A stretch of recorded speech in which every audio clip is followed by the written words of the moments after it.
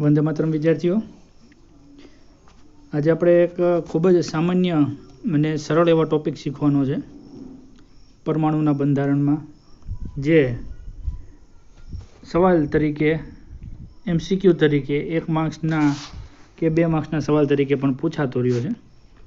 આમ સરળ છે, પણ શીખી લેવાથી એને તમે વિવિધ પ્રકારના MCQને ખૂબ સરળતાથી સોલ્વ કરી શકશો. હવે સવાલ આ રીતનો છે કે અહીંયા આપણે પરમાણિક ક્રમાંક અને તેમાં રહેલા ઇલેક્ટ્રોનની સંખ્યા કેટલી થાય એ જાણવાનું છે. અને તમને બધાને પરમાણુ 1 થી માંડીને 20 સુધીના પરમાણુ અને પરમાણુ ક્રમાંક પણ આવડતા હોય છે, પરમાણુ ભારાંક પણ આવડતા હોય છે. ન આવડતા તો આપણે જોઈએ. પરમાણુ ક્રમાંક શું દર્શાવે છે? પરમાણુ ક્રમાંક દર્શાવે છે કેન્દ્રમાં રહેલા પ્રોટોનની સંખ્યા. કોઈ પણ પરમાણુ છે એના કેન્દ્રમાં કેટલા પ્રોટોન છે એનો પરમાણુ ક્રમાંક દર્શાવે. માનો કે સોડિયમ છે તો એનો પરમાણુ ક્રમાંક 11. એનો અર્થ એમ કે એના કેન્દ્રમાં પ્રોટોનની સંખ્યા 11 છે. જેટલા પણ પ્રોટોન હોય ઇલેક્ટ્રોનની સંખ્યા પણ એટલી જ હોય, એટલે કે ફરતે ઇલેક્ટ્રોન પણ 11 છે. એવી જ રીતે બીજું એક્ઝામ્પલ જોઈએ તો કે હાઇડ્રોજનમાં પરમાણુ ક્રમાંક 1, તેમાં પ્રોટોનની સંખ્યા પણ 1. સોડિયમમાં પરમાણુ ક્રમાંક 11, તેમાં પ્રોટોનની સંખ્યા પણ 11. આ રીતે પરમાણુ ક્રમાંક એટલે કેન્દ્રમાં રહેલા પ્રોટોનની સંખ્યા. પરમાણુ ક્રમાંકનો પ્રોટોનનો તટસ્થ પરમાણુમાં ઇલેક્ટ્રોનની સંખ્યા એટલે જ એનો પરમાણુ ક્રમાંક, એટલે જ એના પ્રોટોનની સંખ્યા થાય. જેવી રીતે હાઇડ્રોજનમાં ઇલેક્ટ્રોનની સંખ્યા ઇઝ ઇક્વલ ટુ હાઇડ્રોજનમાં પ્રોટોનની સંખ્યા, બધું સરખું જ થાય. એટલે પરમાણુ ક્રમાંક કોને કીધો તો કે એમાં કેટલા પ્રોટોન છે એને જ એનો પરમાણુ ક્રમાંક કીધો. સિમિલર આપણે સોડિયમમાં ઇલેક્ટ્રોનની સંખ્યા, પ્રોટોનની સંખ્યા એ બધું સરખું જ છે, કેમ કે જેટલા પ્રોટોન હોય, જેટલા ધન વીજભાર હોય એટલા જ ઇલેક્ટ્રોન હોય, એટલા જ ઋણ વીજભાર હોય. તો હવે આપણે જોઈએ પરમાણુ ક્રમાંક એટલે શું, ન્યુક્લિયોન એટલે શું અને પરમાણુનો દળ ક્રમાંક એટલે શું, તથા એ ત્રણેય વચ્ચે આંતરિક સંબંધ જણાવ્યો. તો પરમાણિક ક્રમાંકને Z સંજ્ઞા વડે દર્શાવશું. યાદ રાખજો મિત્રો, Z સંજ્ઞા વડે. અને પરમાણુ ક્રમાંક એટલે શું તો કે પરમાણુમાં કેન્દ્રમાં રહેલા પ્રોટોનની સંખ્યા. પ્રોટોન જેટલા હોય એટલો એનો પરમાણુ ક્રમાંક થાય. દાખલા તરીકે સલ્ફર કે જેનો પરમાણુ ક્રમાંક 16 થાય છે, એનો અર્થ એમ કે એના કેન્દ્રમાં પ્રોટોન 16 છે.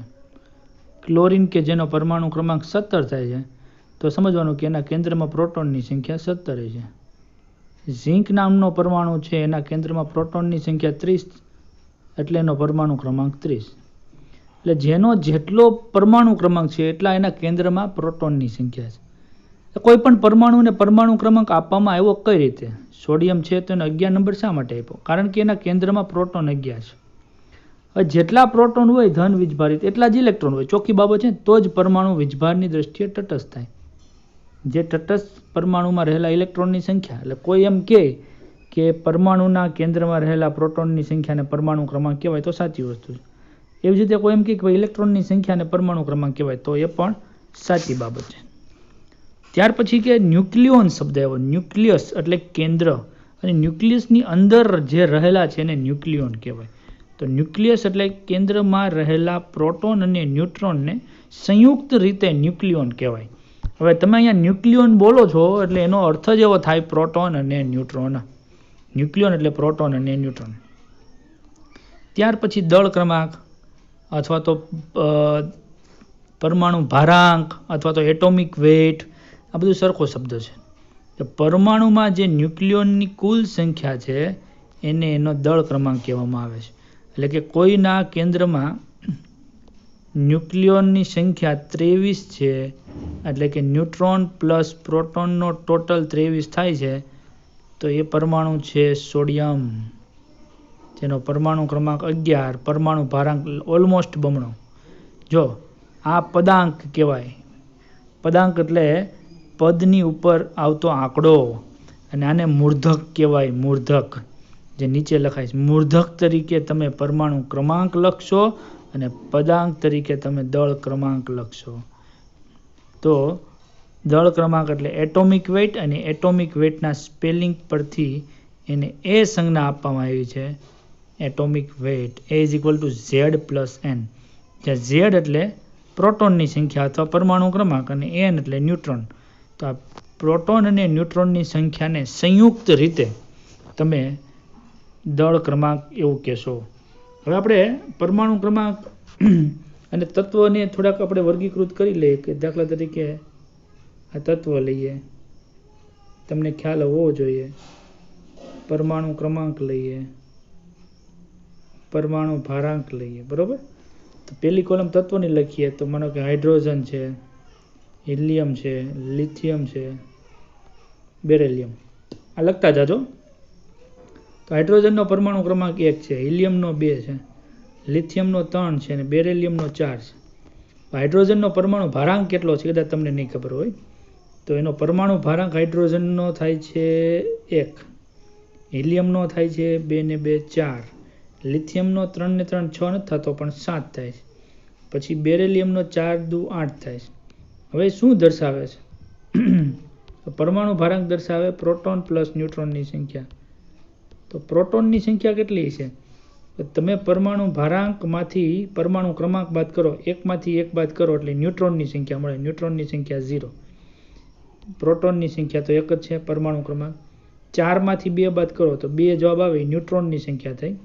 જ્યારે પરમાણુ ક્રમાંક એ જેના પ્રોટોનની સંખ્યા થઈ. 7માંથી 3 બાદ કરો 4 જવાબ આવે, એના ન્યુટ્રોનની સંખ્યા થઈ. અને આ 3 તો એમાં રહેલા પરમાણુ ક્રમાંક એ જ પ્રોટોનની સંખ્યા છે. 8માંથી 4 બાદ કરો એટલે 4 ન્યુટ્રોનની સંખ્યા થઈ અને પ્રોટોનની સંખ્યા 4. એટલે જો આ બેનો ટોટલ છે 1 + 0 = 1, 2 + 2 = 4, 3 + 2 = 7, 4 + 4 = 8. એટલે શું સમજ્યા કે કોઈ પરમાણુ નામનો કે X નામનો પરમાણુ છે, તો આને આ રીતે લખાય Z2A. આ Z શું દર્શાવે? Z દર્શાવે પ્રોટોનની સંખ્યા. એ શું દર્શાવે? એ દર્શાવે ન્યુક્લિયોન. તો એ માંથી તમે Z બાદ કરો ને, Z બાદ કર્યો એટલે તમે પ્રોટોનની સંખ્યા જ બાદ કરી, તો વધે ન્યુટ્રોન. જો ન્યુટ્રોનની સંખ્યા જોતી હોય ને તો આ ભારમાંથી પરમાણુ ક્રમાંકને બાદ કરી દેવાનો છે, બરાબર. પછી આગળના તત્વ તરફ જાય. તત્વ, પછી Z એટલે પરમાણુ ક્રમાંક, પછી A એટલે એટોમિક વેઇટ, પછી પ્રોટોન, પછી ન્યુટ્રોન, બરાબર. આ રીતે લખવા જાય. તો આપણે હાઇડ્રોજન, હિલિયમ, બેરિલિયમ સુધી ગયા. પછી આવે બોરોન, કાર્બન, નાઇટ્રોજન, ઓક્સિજન.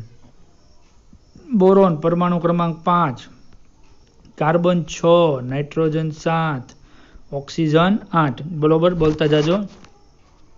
તો બોરોનનો પરમાણુ ક્રમાંક 11 થાય છે, પરમાણુ ભારાંક 11 થાય છે. કાર્બનનો તો તમે જાણતા હશો 12 થાય છે, નાઇટ્રોજનનો થાય છે 14 અને ઓક્સિજનનો થાય છે 16, બરાબર. તો પ્રોટોનની સંખ્યા કેટલી છે? તો પ્રોટોનની સંખ્યા આટલી જ, પરમાણુ ક્રમાંક જેટલી જ. કાર્બનમાં પ્રોટોનની સંખ્યા 6, નાઇટ્રોજનમાં 7, ઓક્સિજનમાં 8. તો ન્યુટ્રોનની સંખ્યા કઈ રીતે મળશે? તો કે એમાંથી Z બાદ કરો, એમાંથી Z બાદ કરો, 11માંથી 5 બાદ કરો, કેટલી વધી? 6 ન્યુટ્રોન. 12માંથી 6 બાદ કરો, 6, 14માંથી 7 બાદ કરો, 7, 16માંથી 8 બાદ કરો, 8. અથવા તો આ બેનો સરવાળો કરો, પ્રોટોન અને ન્યુટ્રોન, તો તમને એ મળી જાય. બહુ સહેલી વાત છે. 5 + 6 11, 6 + 6 12, 7 + 7 14, 8 + 8 16. ત્યાર પછીના પરમાણુ તરફ જાય. પહેલાં આપણે તત્વ લખીએ છીએ, પછી પરમાણુ ક્રમાંક લખો છો Z, પરમાણુ ભારાંક લખો છો A, પ્રોટોનની સંખ્યા લખો છો, ન્યુટ્રોનની સંખ્યા. ઓક્સિજન સુધી ગયા ને, ત્યારબાદ તત્વ આવે ફ્લોરિન, પછી નિયોન, સોડિયમ, મેગ્નેશિયમ. શું થાય પરમાણુ ક્રમાંક ફ્લોરિનનો? 9. નિયોનનો કેટલો થાય છે? 10. સોડિયમનો 11, મેગ્નેશિયમનો 12. અને એનો એટોમિક વેટ કેટલો? તો કે ફ્લોરિનનો 9 દુ 18 નથી થતો પણ 19 થાય છે. નિયોનનો તો 20 જ થાય છે. સોડિયમનો 11 દુ 22 નથી થતો પણ 23 થાય છે. મેગ્નેશિયમનો 12 દુ ને 24 થાય છે. તો એના આધારે પ્રોટોનની સંખ્યા કેટલી? તો કે પરમાણુ ક્રમાંક એ જ પ્રોટોન 10, સોડિયમમાં પ્રોટોન 11 અને મેગ્નેશિયમમાં પ્રોટોન 12. હવે ન્યુટ્રોનની સંખ્યા ગોતી. ચાલો મિત્રો, ન્યુટ્રોનની સંખ્યા કેમ? તો કે ભાઈ એટોમિક વેઇટ માઇનસ ઝેડ એટલે કે 19 માઇનસ 9 એટલે 10 ન્યુટ્રોન ફ્લોરિનમાં, 20 માઇનસ 10 એટલે કે 10 ન્યુટ્રોન નિયોનમાં, 23 માઇનસ 11 એટલે કે 12 ન્યુટ્રોન સોડિયમમાં, 24 માઇનસ 12 એટલે કે 12 ન્યુટ્રોન મેગ્નેશિયમમાં. ત્યારબાદ મેગ્નેશિયમ પરમાણુ ક્રમાંક 12, પછી 13 નંબર પણ આવે છે એલ્યુમિનિયમ, 14 નંબર ઉપર આવે છે સિલિકોન, 15 નંબર ઉપર આવે છે ફોસ્ફરસ, 16 નંબર ઉપર આવે છે સલ્ફર.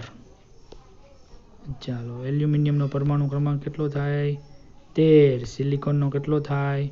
14, ફોસ્ફરસનો કેટલો થાય? 15, સલ્ફરનો કેટલો થાય?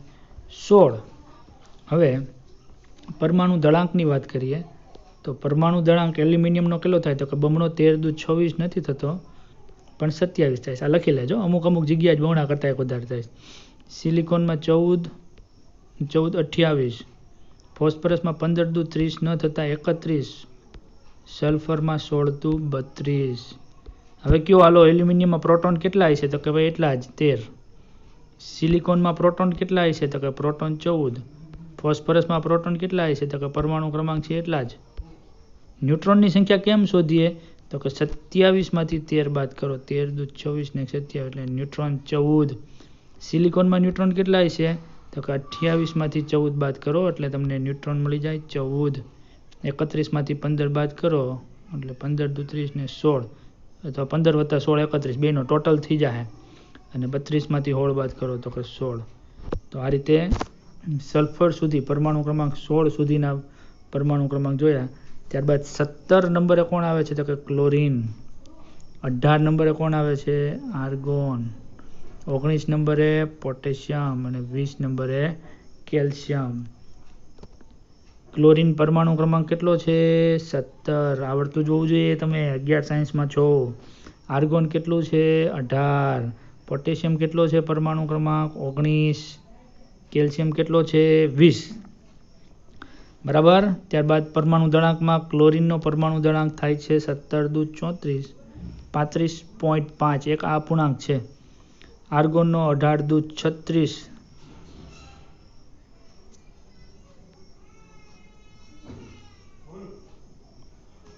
પોટેશિયમનું 18 દુ 38 ને 39 અને કેલ્શિયમનું 40. તો પ્રોટોનની સંખ્યા કેટલી થાય ક્લોરીનમાં? તો કે ક્લોરીનમાં પ્રોટોનની સંખ્યા થાય 7. આર્ગોનમાં કેટલી થાય? તો કે 18. પ્રોટોનની સંખ્યા એ જ પરમાણુ ક્રમાંક. પોટેશિયમમાં 19, કેલ્શિયમમાં 20 અને ક્લોરીનમાં ન્યુટ્રોનની સંખ્યા દેખો 35 માંથી 17 બાદ કરજો, 35.5 માંથી નહીં કરતા, એટલે અપૂર્ણાંક નથી લેવા. ન્યુટ્રોનની સંખ્યા 18. પછી 36 માંથી 18 બાદ કરો 18, 39 માંથી 19 બાદ કરો 20 ન્યુટ્રોન અને 20 ન્યુટ્રોન. તો તમને 1 થી 20 સુધીના પરમાણુ ક્રમાંક, પરમાણુ ભારાંક, પ્રોટોનની સંખ્યા અને ન્યુટ્રોનની સંખ્યા મેં તમને જણાવી દીધી ને આ તમે લખી પણ લીધી હશે. ત્યાર પછી હવે આપણે આગળ વધીએ. હવે સવાલ છે, આપણે પરમાણુ જ્યારે દર્શાવીએ ત્યારે તે પરમાણુનું સંગઠન કેવી રીતે દર્શાવાય? ઉદાહરણ આપીને સમજાવો કે જ્યારે કોઈ પરમાણુ આપણે દર્શાવીએ છીએ ત્યારે તત્વની સંજ્ઞાને માનો કે આપણે x વડે દર્શાવી. મેં તમને હમણાં જ કીધું. તત્વની ડાબી બાજુએ, એટલે કે તમે જે અત્યારે સ્ક્રીન જોઈ રહ્યા છો ત્યાં ડાબી બાજુ તમારા ડાબો હાથ જુઓ અને ડાબે હાથમાં મૂર્ધક એટલે નીચે લખીએ ને એને મૂર્ધક કહેવાય. મૂર્ધક અહીંયા એસ લખ્યું ને મેં, મૂર્ધક લખ્યું કહેવાય. તો એ મૂર્ધક તરીકે મૂર્ધક એટલે ઉપર થયો, મૂર્ધક એટલે પરમાણુ દળાંક આ ઉપર એ તથા આ પાદાંક તરીકે, પદના અંક તરીકે ડાબી બાજુએ નીચે પરમાણુ ક્રમાંક z દર્શાવે છે. અથવા તો તમે આમ પણ દર્શાવી શકો xz2a, આ પણ ચાલે. દાખલા તરીકે સોડિયમને દર્શાવવો હોય તો સોડિયમ પરમાણુ ક્રમાંક 11 અને ઉપર લખો પરમાણુ દળાંક 23. દાખલા તરીકે સલ્ફરને દર્શાવવું હોય તો સલ્ફર પરમાણુ ક્રમાંક 16 દળાંક 32. આ બાજુ જમણે હાથે દર્શાવો તો પણ ચાલે. એવી રીતે માનો કે એલ્યુમિનિયમને દર્શાવવું છે તો એલ્યુમિનિયમ પરમાણુ ક્રમાંક 13 પરમાણુ દળાંક કેટલો થયો તો 27. ત્યાર પછી માનો કે પોટેશિયમને દર્શાવવું છે તો અહીંયા પરમાણુ ક્રમાંક 19 પરમાણુ દળાંક 39. પછી ત્યાર માનો કે કેલ્શિયમને દર્શાવવું છે તો પરમાણુ ક્રમાંક 20 પરમાણુ દળાંક 40. એટલે ડાબી બાજુ કે જમણી બાજુ કોઈ પણ બાજુએ દર્શાવી શકો, એનો કોઈ પ્રોબ્લેમ નથી. પછી દાખલા તરીકે નાઇટ્રોજનને દર્શાવવું છે તો પરમાણુ ક્રમાંક 7 પરમાણુ દળાંક 14. ઇન શોર્ટ ઉપર લખો ની ભાર, માથે ભાર હોય અને નીચે તમારે ચપ્પલમાં નંબર હોય.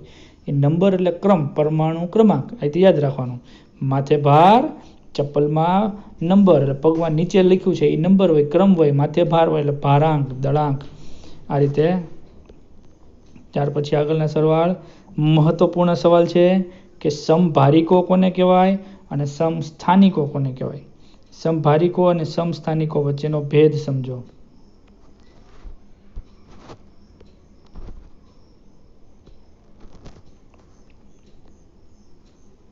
સમભારિકો જેના ભાર સરખા છે, સમ કહેતા સરખું, જેના ભાર સરખા છે, એટલે જેના પરમાણુ ભારાંક, દળ ક્રમાંક સરખા હોય પણ પરમાણુ ક્રમાંક જુદા જુદા હોય.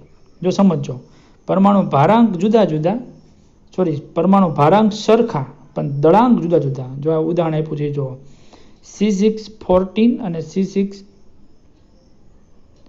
C714. તો આ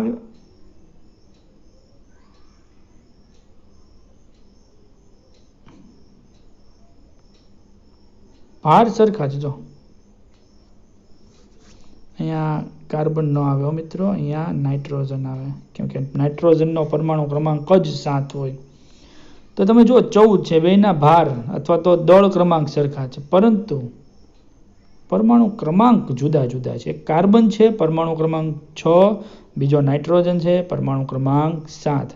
તો જેના ભાર સરખા છે, દળ ક્રમાંક સરખા છે, બે સરખું, દળ ક્રમાંક, દળનો ક્રમ, દળ એટલે ભાર, તો એને તમે એકબીજાના સમભારિકો કહી શકો. જ્યારે સમસ્થાનિકો કોને કહેશું તો કે જેના પરમાણિક ક્રમાંક સરખા છે, દળાંક જુદા જુદા. જોઈ લો, બે એકબીજાથી વિરુદ્ધ. સમભારિકો અને સમસ્થાનિકો વિરુદ્ધ છે. અહીંયા શું કીધું કે પરમાણિક ક્રમાંક સમાન હોય, અહીંયા શું કીધું પરમાણિક ક્રમાંક જુદા હોય, અહીંયા શું કીધું દળ ક્રમાંક જુદા હોય, અહીંયા કીધું દળ ક્રમાંક સરખા હોય. પણ નામ ઉપરથી જ ખબર પડી જાય. દળ ક્રમાંક એટલે ભાર, પરમાણુનો ભાર, પરમાણુ ઉપર લખાય છે એટલે ભાર, અને ભાર સરખા, સમભારિકો. બરાબર. તો એને એકબીજાના સમસ્થાનિકો કીધા. આઇસોટોપ્સ કહેવાય કે સમસ્થાનિકોમાં બીજી પણ એક વ્યાખ્યા લખી શકાય. શું વ્યાખ્યા લખી શકાય તો કે ભાઈ જેમાં પ્રોટોન સરખા છે, જેમાં પ્રોટોન સરખા છે પણ ન્યુટ્રોન માથે 0 એટલે લખું છું કેમ કે એનો વીજભાર 0 હોય છે. પ્રોટોનમાં માથે પ્લસ એટલે લખું છું, P ફોર પ્રોટોન, પ્લસ એટલે એનો વીજભાર ધન. જેના પ્રોટોન સરખા, ન્યુટ્રોન જુદા જુદા, અથવા તો પરમાણુ ક્રમાંક સરખા. ભાઈ પરમાણુ ક્રમાંક ને પ્રોટોન બે સરખું થયું, પણ ન્યુટ્રોન જુદા હોય એટલે દળ ક્રમાંક જુદા થઈ જાય, તો એને એકબીજાના સમસ્થાનિકો કહેવામાં આવે છે. તો અહીંયા 3 લખ્યા છે, પ્રોટિયમ, ડ્યુટેરિયમ અને ટ્રિટિયમ. આ ત્રણેય હાઇડ્રોજનના સમસ્થાનિકો છે મિત્રો. પ્રોટિયમ પોતે હાઇડ્રોજન છે, ડ્યુટેરિયમ પોતે પણ હાઇડ્રોજન જ છે, અને ટ્રિટિયમ પોતે પણ હાઇડ્રોજન જ છે. ત્રણેય હાઇડ્રોજન જ છે. પણ ત્રણેયમાં સરખું શું તમને ખ્યાલ છે? ત્રણેયમાં સરખું છે પરમાણુ ક્રમાંક, એટલે કે પ્રોટોનની સંખ્યા. જેમાં પ્રોટોનની સંખ્યા સરખી હોય પરંતુ ન્યુટ્રોનની સંખ્યા અલગ અલગ થઈ જાય, 0, 1 અને 2, તો દળ બદલી જાય ભાઈ. 1 + 0 એટલે 1, 1 + 1 એટલે 2, અને 2 + 1 એટલે 3. તો દળ બદલી ગયા. દળ બદલી ગયા એટલે જેનો દળ 1 છે તમે એને હાઇડ્રોજન કહી શકો અથવા તો પ્રોટિયમ કહી શકો. પછી જેનો દળ ક્રમાંક 2 છે એને તમે ડ્યુટેરિયમ કહી શકો, D વડે દર્શાવાય છે, અને જેનો 3 છે એને ટ્રિટિયમ કહી શકો. T વડે દર્શાવે છે. તો ત્રણેય હાઇડ્રોજન જ છે, પરંતુ દળ ક્રમાંક એટલે કે ન્યુટ્રોનની સંખ્યા બદલાઈ ગઈ એટલે એનો ટોટલ દળ ક્રમાંક પણ બદલાઈ ગયો. એના કારણે આપણે એના નામ અલગ અલગ આપવા પડે. કેમ કે હું તમને કહું ટ્રિટિયમ, તો ટ્રિટિયમ એટલે જેનો દળ ક્રમાંક 3 છે ને, ટ્રિટિયમ છે તો હાઇડ્રોજન જ. પછી ડ્યુટેરિયમ ભારે પાણીમાં તો દળ ક્રમાંક 1, અને હું કહું પ્રોટિયમ એટલે જે તમે હાઇડ્રોજન તરીકે ઓળખો છો. તો આ સમસ્થાનિકોની વાત થઈ. સરળ મુદ્દો છે, પણ વિદ્યાર્થીઓ બહુ સરળ લેતા હોય છે, એના કારણે ભૂલી જતા હોય. આ રીતે આપણે હાઇડ્રોજનના સમસ્થાનિકો જોઈ લીધા, બરોબર. એનું આપણે કોષ્ટક બનાવેલું છે, પ્રોટોન, ઇલેક્ટ્રોન અને ન્યુટ્રોન. તો પ્રોટિયમમાં પ્રોટોન 1, ન્યુટ્રોન 0 એટલે 1+1 એટલે દળ ક્રમાંક 1. જેટલા પ્રોટોન હોય એટલા જ ઇલેક્ટ્રોન હોય. ડ્યુટેરિયમમાં પ્રોટોન 1 એટલે ઇલેક્ટ્રોન 1, ટ્રિટિયમમાં પ્રોટોન 1 એટલે ઇલેક્ટ્રોન. કેમ કે ત્રણેયના પરમાણુ ક્રમાંક સરખા જોઈ લો, પણ પરમાણુ દળાંક બદલી ગયા. કેમ? તો કે ન્યુટ્રોનની સંખ્યા બદલી ગઈ, એ મેં તમને કીધું. ત્યાર પછી કાર્બનના પણ 3 સમસ્થાનિકો છે. ક્યાં 3 સમસ્થાનિકો છે? C612, C613 અને C614 આમ વચાય. C614, C612 આમ વચાય. C613. તો 666 શું દર્શાવે? તો ત્રણેયના પરમાણુ ક્રમાંક સરખા છે. ઇટ મીન્સ કે એમાં રહેલા પ્રોટોનની સંખ્યા અને ઇલેક્ટ્રોનની સંખ્યા પણ સરખી છે. પણ 12 છે એટલે 12માંથી 6 બાદ કરો એટલે 6 જવાબ આવે, ન્યુટ્રોનની સંખ્યા મળે. એ રીતે 13માંથી 6 બાદ કરો એટલે 7 ન્યુટ્રોનની સંખ્યા. 14માંથી 6 બાદ કરો એટલે 8 ન્યુટ્રોનની સંખ્યા. ભારમાંથી ક્રમાંક બાદ કરવાના છે, બરાબર ને? તો જુઓ શું બદલાઈ ગયું? ન્યુટ્રોનની સંખ્યા બદલાઈ ગઈ. પ્રોટોન તો સરખા છે એટલે આને સમસ્થાનિકો કહેવાય. ક્લોરીનના પણ 2 સમસ્થાનિકો હોય પાછા, C1737 અને C1735. તો 17 સરખું છે, પરમાણુ ક્રમાંક સરખા છે, એટલે કે પ્રોટોન સરખા છે. જેટલા પ્રોટોન હોય એટલા જ ઇલેક્ટ્રોન હોય, પણ શું ફરી જાય? ભાર ફરી જાય છે. 37માંથી 13 બાદ કરો 20, 35માંથી 17 બાદ કરો તો બંને ક્લોરીન છે, પણ બંનેના ન્યુટ્રોન જુદા જુદા છે. પ્રોટોન સરખા છે. તો 2 વ્યાખ્યા થઈ, પ્રોટોન સરખા, ન્યુટ્રોન અલગ અલગ. જો પ્રોટોન ન્યુટ્રોન જોઈ લો, પ્રોટોન ન્યુટ્રોન જોઈ લો. અથવા તો પરમાણુ ક્રમાંક સરખા, પરમાણુ ભારાંક જુદા જુદા, તો એને એકબીજાના સમસ્થાનિકો કહેવામાં આવે છે. આગળ વધીએ. એક્ઝામ્પલ આપ્યું છે બ્રોમિન વાળું, કે બ્રોમિન 35 પરમાણુ ક્રમાંક છે, 80 પરમાણુ ભારાંક છે. તેમાં પ્રોટોનની સંખ્યા કેટલી છે? તો મિત્રો 35 જ હોય ને, ચોખ્ખી વાત છે. કેમ કે એનો પરમાણુ ક્રમાંક Z બરાબર 35 છે, તો પ્રોટોન એ 35 હોય, ઇલેક્ટ્રોન એ 35. કેમ કે જેટલા પ્રોટોન એટલા ઇલેક્ટ્રોન. ન્યુટ્રોન કેટલા હશે? તો ન્યુટ્રોન શોધવા બહુ સહેલા છે. કઈ રીતે? તો કે 80માંથી 35 બાદ કરી નાખો, ભારમાંથી ક્રમ બાદ કરી નાખો, ન્યુટ્રોનની સંખ્યા મળી જાય. 80માંથી 35, 45 ન્યુટ્રોન. અને ઇલેક્ટ્રોનની સંખ્યા તો કે જેટલા પ્રોટોન એટલા ઇલેક્ટ્રોન. કેટલા છે પ્રોટોન? તો કે 35. કેમ ખબર પડી? પરમાણુ ક્રમાંક સાહેબ જોઈ લો ને. ઇન શોર્ટ આ જે આંકડો છે એ શું દર્શાવશે મિત્રો? આ આંકડો દર્શાવશે પ્રોટોનની સંખ્યા અને એટલા જ ઇલેક્ટ્રોન. આ આંકડો શું દર્શાવે? એ દર્શાવે પ્રોટોનની સંખ્યા પ્લસ ન્યુટ્રોનની સંખ્યાનો સરવાળો. અને એ 2 આંકડામાંથી તમે બાદ બાકી કરો એટલે તમને મળી જાય ન્યુટ્રોનની સંખ્યા. બહુ હેલું છે, બહુ હેલું છે. 8મા ધોરણમાં, લગભગ 9મા ધોરણમાં તમારે આવતું હતું. પછી એને સવાલ પૂછવો હોય સાયન્સના વિદ્યાર્થીઓને, તો આવી રીતે સવાલ પૂછી શકે કે કોઈ એક સ્પીસીસ છે, કોઈ એક રચના છે કે જેમાં ઇલેક્ટ્રોન, પ્રોટોન અને ન્યુટ્રોનની સંખ્યા અનુક્રમે 18, 16, 16. તો આ સ્પીસીસ કઈ છે?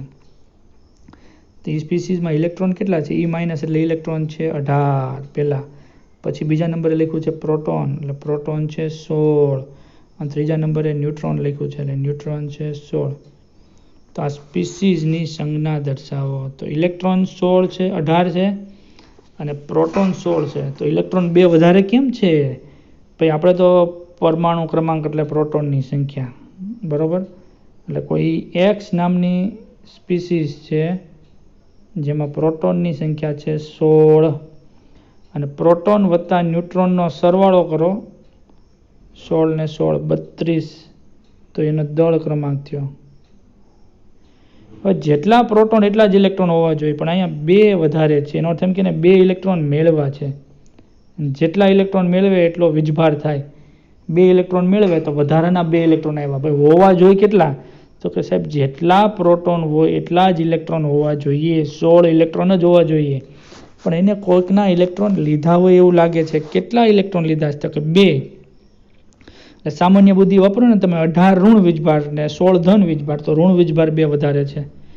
તો જેનો પરમાણુ ક્રમાંક 16 છે એવું કોઈ તત્વ યાદ આવે છે? Yes, sulphur. તો X નામનું તત્વ છે સલ્ફર. S16 - 2 આવી સંજ્ઞા થાય એટલે આપણે આ રીતે લખશું S16 32 અને 2 ઇલેક્ટ્રોન વધારે છે એના કારણે એની ઉપર ચાર્જ માઇનસ. જો 2 ઇલેક્ટ્રોન ઓછા હોત તો +2 કરત. જેટલા ઇલેક્ટ્રોન ઓછા એટલો +2. યસ, આ રહ્યો જવાબ. અને આ બધા સવાલ તમારે લખતા જવાના, સ્ક્રીનશોટ લઈ લેવાના, તો સાથે સાથે લખતા જવાના. લખશો તો આવડશે, નહીં લખો તો નહીં આવડે. પછી એક્ઝામ્પલ આપ્યું છે, નીચેનામાં પ્રોટોન, ઇલેક્ટ્રોન અને ન્યુટ્રોનની સંખ્યા શોધો. જો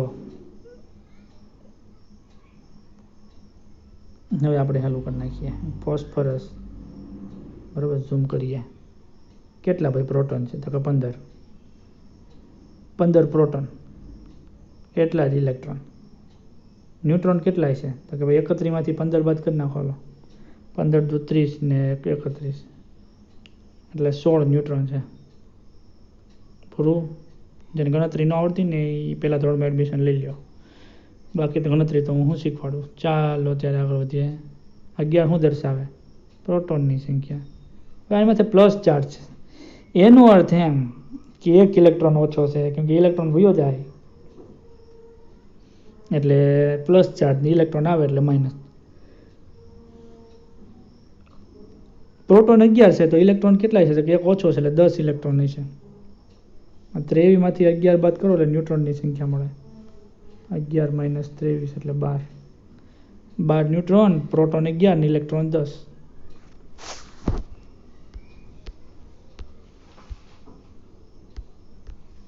સલ્ફરમાંથી તાજું જોયું. શું જોવું હવે?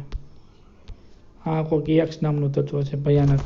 સરવાળા બાદ બાકી ન આવડતી હોય ને ભી પડી જાય. હાલો, માથે કોઈ વીજભાર નથી ને? નહીં. તો પ્રોટોન તો 101 જ હોય, વીજભાર હોય તો ઇલેક્ટ્રોન ફરે. અને 235 માંથી 101 બાદ કરો, 5 માંથી 1 જાય 4, 3 માંથી 0 જાય 3, 2 134 ન્યુટ્રોન હોય.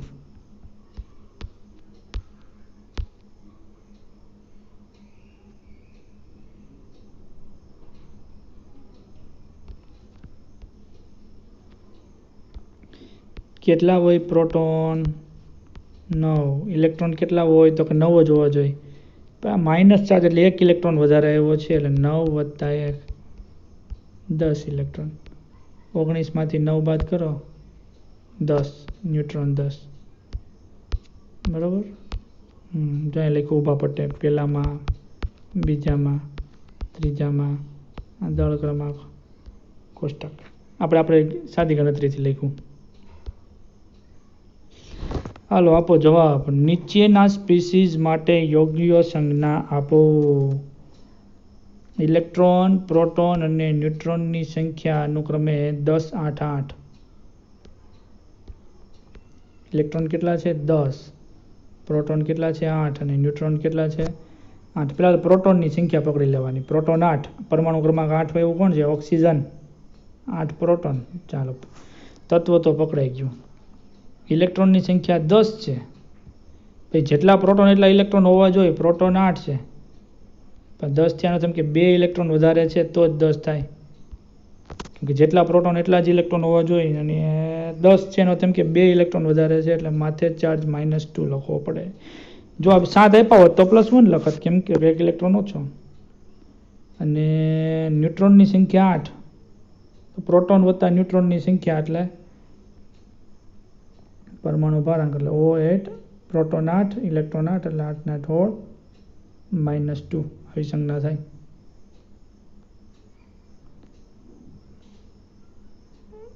યોગ્ય સંજ્ઞા આપો. હાલો, કેલ્શિયમ Z બરાબર 20 ને ન્યુક્લિયન 40. આમાં શું યોગ્ય સંજ્ઞા આપવા જેવું કંઈ બાકી તો રાખ્યું નથી. કેલ્શિયમ આ 20 અને માથે ભાર લખો 40.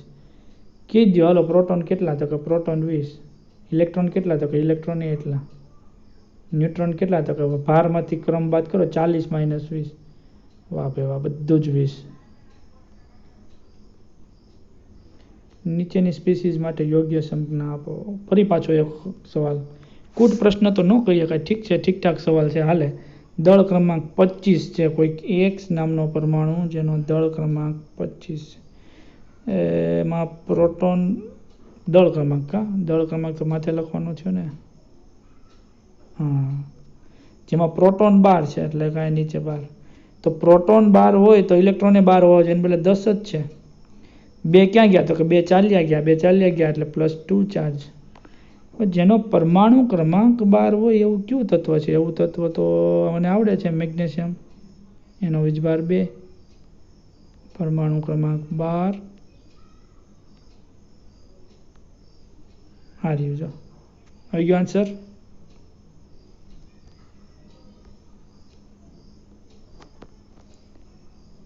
બ્રોમિન એક એવી સ્પીસીઝ કે જેનો ઝેડ પરમાણુ ક્રમાંક 35 છે.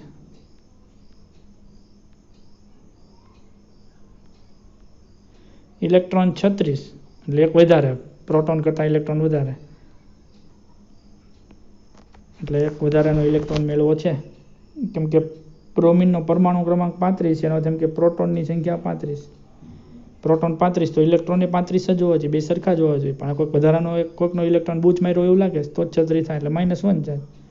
ન્યુટ્રોન 45, તો 35 પ્રોટોન વત્તા 45 ન્યુટ્રોન, એટલે ન્યુક્લિયોન 5 ને 5 10. દળ ક્રમાંક 80 બને. 35 80 -1 જેવું છે આન્સર. આવી રહ્યો આન્સર.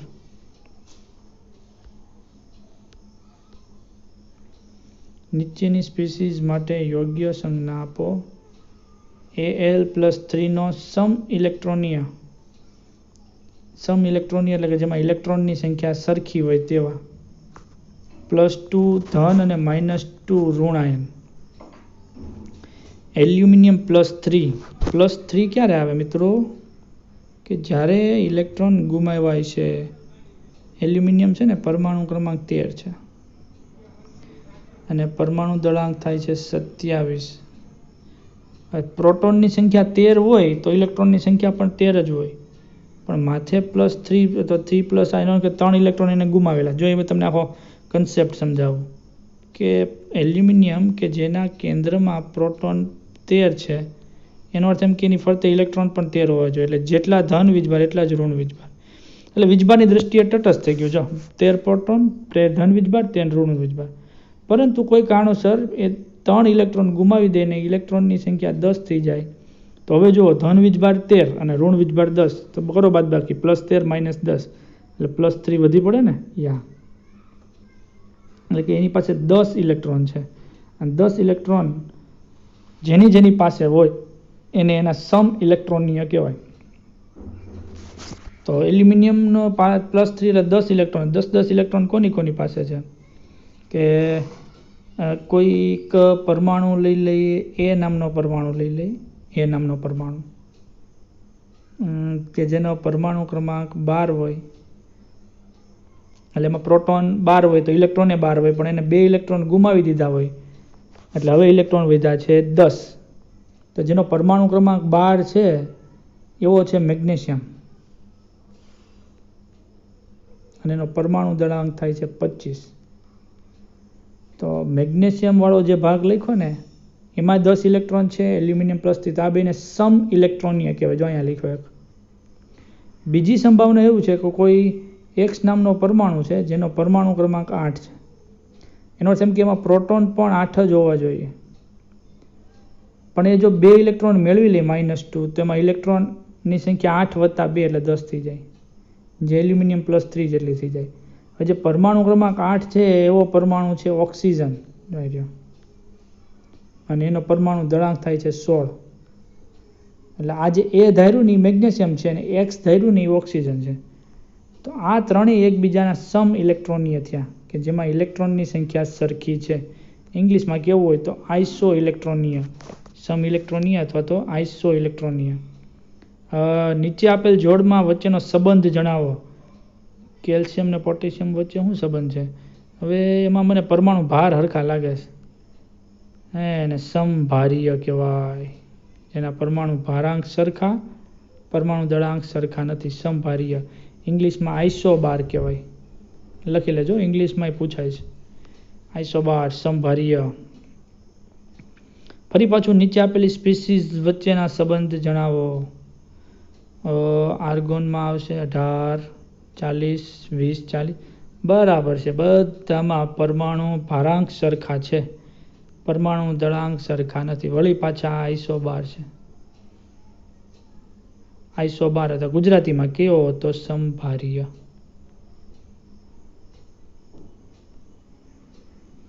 નીચેની જોડ વચ્ચેનો સંબંધ જણાવો. જોડ શું કહે છે? ક્લોરીન ક્લોરીન પરમાણુ ક્રમાંક બંનેમાં સરખા. કેટલા? તો કે 17 17. પરમાણુ દળાંક અથવા તો દળ ક્રમાંક બદલી ગયા. પરમાણુ ક્રમાંક સરખા, પરમાણુ દળાંક અલગ અલગ, તો એને એકબીજાના સમસ્થાનિકો કહેવાય.